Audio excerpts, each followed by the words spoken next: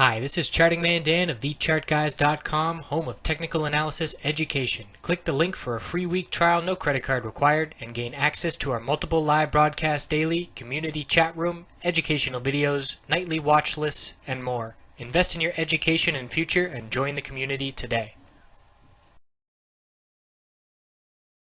Hey everybody, checking in on Apple on the daily and weekly time frame, and we got a fluke trade here. We obviously didn't get up into the low $100 range today, so 99.12 was the top. The 10-day moving average resistance is 98.73, and we closed below it for yet another day in a row, but because it is ascending so rapidly, it's allowing the price to see higher lows and higher highs while that is occurring. So keeping in mind that this could just be a little bit of a bounce from a steep drop over last week, if this 10-day moving average can't become support or doesn't become support, we're not going to see much upside. We see a decrease in volume, and that key level is the one to be watching. If we do turn that into support, 99.51 is the key 100-day moving average resistance. That's going to be strong as well, along with the $100 psychological resistance.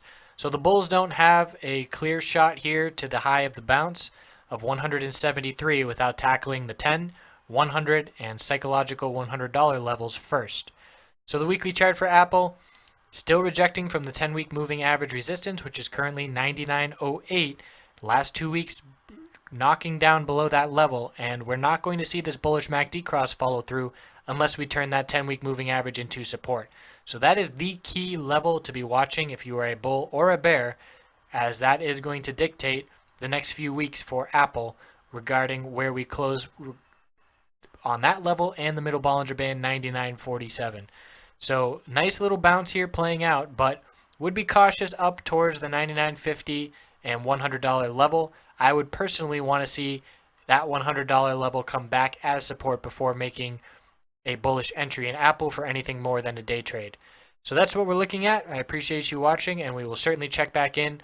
Keep in mind the equilibrium pattern I often talk about occurs after a breakout or a breakdown. So here's our breakout. We establish a low after consolidation. We set a lower high relative to the high of the bounce, and then a higher low and a tightening range. And I would not be surprised in the slightest to see that happen here with Apple as well. So we'll check back in as always. Thanks for watching. See you tomorrow. Thanks for watching. The Chart Guys community has compiled trader tips from dozens of traders over the last year and put together a free ebook you can access by clicking the button and entering your email. Have a wonderful night.